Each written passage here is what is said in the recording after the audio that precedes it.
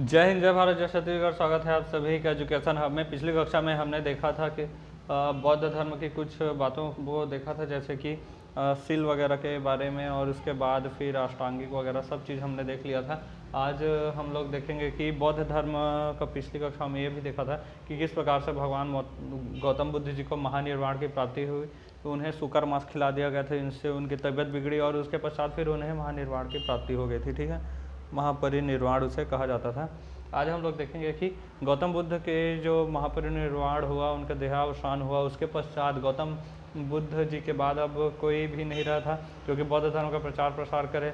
हालांकि उनके अनुयायी कर रहे थे, लेकिन जो बड़े स्तर पर करना था तो उसका प्रचार प्रसार, तो इसके लिए बौद्ध संगीतियों का आयोजन किया। संगीति मतलब सभा का आयोजन किया गया था। ठीक है, तो बौद्ध संगीति जो है, अभी तक 5 प्रकार के बौद्ध संगीति हुए हैं।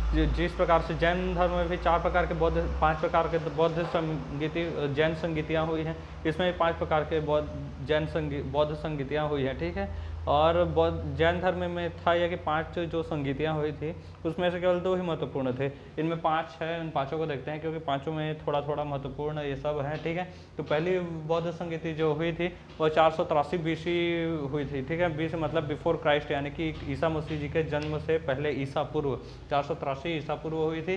स्थान था राजगीर। ठीक है, राजगीर को राजगृह भी कहा जाता है। ठीक है, और अजात शत्रु उस समय राजा थे, और उस समय जो उस संगीति को करने वाले जो पुरोहित थे उनका नाम था महाकश्यप। ठीक है, तो इसे ये जो 4-5 चीज़ें हैं इनको आपको याद करनी पड़ेंगी। ठीक है, 100-200 बार आप लोग पढ़िएगा, फिर आपको याद हो जाएगा।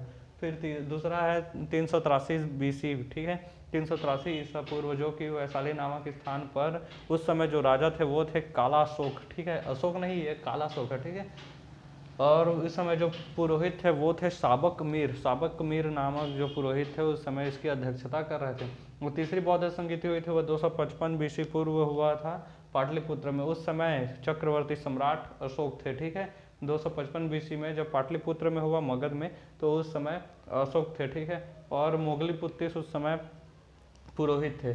उसके बाद फिर पहली सदी में जब भगवान ईसा मसीह जी का जन्म हुआ था, ठीक है, उसी समय जो हुआ था वह कुंडल ग्राम में हुआ था। कनिष्क उस समय के शासन थे, कुषाण वंशी कनिष्क जो थे, द ग्रेट कनिष्क। उस समय यह जो चौथा संगीति है वह हुआ था पहली शताब्दी में। उस समय जो पुरोहित थे वो थे वसुमित्र। उसके बाद जो 5वीं संगीति है वो 172 ईस्वी में हुई, यानी कि ईसा मसीह जी को जन्म में हुए 172 वर्ष हो चुके थे। ठीक है, तब हुई 172 ईस्वी में। और उस समय जो राजा थे वो अशोक द्वितीय थे। अशोक द्वितीय उस समय राजा थे, और अश्वघोष उस समय के पुरोहित थे। ठीक है, ये उपाध्यक्ष के रूप में थे उस समय। इसकी अध्यक्षता पूरी तरह से उन्होंने नहीं की थी, उपाध्यक्ष के रूप में थे। ठीक है, क्योंकि अध्यक्षता करने के लिए बहुत हाई लेवल के पुरोहित चाहिए रहते थे। ठीक है, तो ये भी थे, लेकिन उस समय इन्होंने अध्यक्ष ना होकर उपाध्यक्ष के रूप में इसका काम कंप्लीट किया। ठीक है, चौथी बौद्ध संगीति जब हुई थी कुंडल वन कनिष्क वाले में, तो उसके बाद से जो बौद्ध धर्म है वह 2 भागों में विभाजित हो गया था। ठीक है, बौद्ध धर्म में विभाजित होने के पश्चात कौन कौन से धर्मों में विभाजित हो गया था ये देखिए। तो इसमें पहला है हीनयान शाखा और दूसरा है महायान शाखा। हीनयान शाखा जो है वह बौद्ध धर्म में किसी प्रकार के जो भी उपदेश बौद्ध धर्म में भगवान गौतम बुद्ध के द्वारा दिए गए थे उसमें कोई भी प्रकार का परिवर्तन नहीं किया जाता है। ठीक है, लेकिन जो महायान शाखा है इसमें बौद्ध धर्म में परिवर्तन कर दिया गया और इसे आधुनिक रूप में दिखाया गया। हीनयान शाखा जो है उसमें देखिए, जो हीनयान शाखा का जो विशालतम व सर्वाधिक विकसित शैलकृत है। ठीक है, शैलकृति पत्थरों वाली जो आकृति है वह चैत्यगृह कार्ले नामक स्थान पर, चैत्यगृह कार्ले नामक स्थान पर, जो कि पुणे में स्थित है, वहाँ पर मिलता है सर्वाधिक विकसित और विशालतम रूप हीनयान शाखा का। ठीक है, दूसरा है महायान शाखा। महायान शाखा जो है उसमें भगवान गौतम बुद्ध के जो भी उपदेश थे, प्रवचन थे, उन सबको मतलब साइड कर दिया गया था। उनको मतलब अपनाने के बजाय बल्कि उनमें परिवर्तन कर दिया गया था। अपना रहे थे लेकिन परिवर्तित रूप से अपना रहे थे, और उसमें आधुनिकता कर दी गई थी। और आधुनिकता के चक्कर में इन्होंने पश्चिमी बहुत सारे जो बुराइयाँ जिन्हें हमें कहते हैं उन सबको अपनाना शुरू कर दिया था, और इसी वजह से जो महायान शाखा है ब्रजयान शाखा में टूट गया। ठीक है, और ब्रजयान शाखा जो है बौद्ध धर्म के विनाश का कारण बना, क्योंकि इसमें मूर्ति पूजा या फिर अनेश्वरवाद को माना गया है। मूर्ति पूजा नहीं की जाती थी, अनेश्वरवाद को माना है, ईश्वर के अस्तित्व को नहीं माना है। तीन दर्शन जो दिए हैं भगवान ने, उनमें एक ये भी है इस अनेश्वरवाद, क्षणिकवाद, शून्यवाद जो दिए गए हैं तीन बौद्ध धर्म में तो दर्शन दिए गए हैं। उनमें से एक है अनेश्वरवाद, यानी कि ईश्वर के अस्तित्व को नहीं माना जाता है, लेकिन इसमें मूर्ति पूजा कर दी गई, ठीक है, ब्रजयान शाखा में। और दूसरा है मद्यपान, मदिरा वगैरह सेवन कर दिया गया पाश्चात्य संस्कृति से प्रेरित होकर। और सबसे घटिया हुआ इसमें वैश्यवृत्ति। देखिए भगवान गौतम बुद्ध ने 10 बातें जो कही थी, उनमें उन्होंने कहा था कि stay away from women and girls, स्त्री एवं युवतियों से दूर रहना है, लेकिन इसमें वैश्यवृत्ति ऐसे गंदे चीज़ों को मिला दिया गया। चीन व थाईलैंड में जो बौद्ध धर्म जो देखते हैं हम लोग, थाईलैंड में तो फिर बैंकॉक वगैरह है शायद, वही बैंकॉक तो एकदम फन के लिए जाना जाता है वो जगह।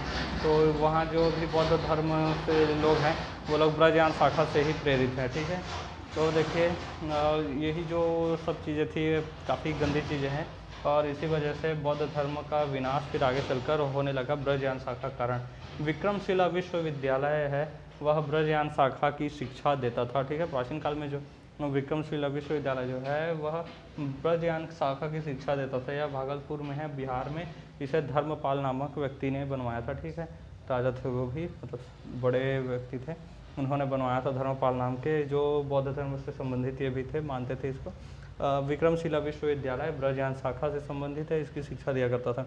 नालंदा विश्वविद्यालय जो है वह महायान शाखा की शिक्षा दिया करता था। इसका निर्माण जो है कुमारगुप्त ने करवाया था। और बख्तियार खिलजी, इसने इस विश्वविद्यालय को ध्वस्त कर दिया, तोड़ फोड़ के पूरा नालंदा विश्वविद्यालय को जला दिया। इतने घटिया रहे हैं ये इस्लामिक आक्रांता, जितने भी आए हैं आतंकवादी बाहर से, पूरे के पूरे ऐसे ही रहे। दूसरे धर्म को मतलब देखते ही नहीं थे, ख़त्म ही कर दिया जाए, बस यही सोचते थे, ठीक है। इसलिए तो जब इन्होंने देखा तो जब एक चीज़ अगर हर एक्शन का एक रिएक्शन होता है, न्यूटन का थर्ड लॉ है, ठीक है। तो उसमें हुआ क्या कि यहाँ पर इन्होंने अत्याचार किया, नालंदा विश्वविद्यालय में जला दिया, पूरा नालंदा विश्वविद्यालय को ध्वस्त कर दिया बख्तियार खिलजी ने। और उसी प्रकार से अफगानिस्तान में देखें तो वहाँ गौतम बुद्ध की सबसे ऊँची प्रतिमा थी, उसे भी तालिबान के आतंकवादियों ने उड़ा दिया था। तो इसका रिएक्शन तो हो रहा ही था। तो म्यांमार में जो है वहाँ बौद्धों की अधिकता है, और रोहिंग्या मुस्लिम पर बहुत अत्याचार किया गया। तो जहाँ जहाँ पर मतलब जिसकी अधिकता होती है वो लोग फिर अपना वर्चस्व दिखाने लगते हैं, ठीक है। अब देखते हैं उदंतपुरी नामक स्थान पर विश्वविद्यालय जो है, उदंतपुरी विश्वविद्यालय, वह महायान शाखा की शिक्षा देता था। गोपाल नामक जो व्यक्ति थे उन्होंने इसकी स्थापना की थी, संस्थापक थे। कान्हेरी जो है वहाँ पर शैलकृत गुफा है, ठीक है। कान्हेरी नामक स्थान पर शैलकृत गुफा है, मतलब चट्टान वगैरह से बनाई गई गुफाएं हैं। गुफा चट्टान से ही होता है, वहाँ पर शैलकृति की गई है, मतलब चट्टान को मतलब आकार दिया गया है।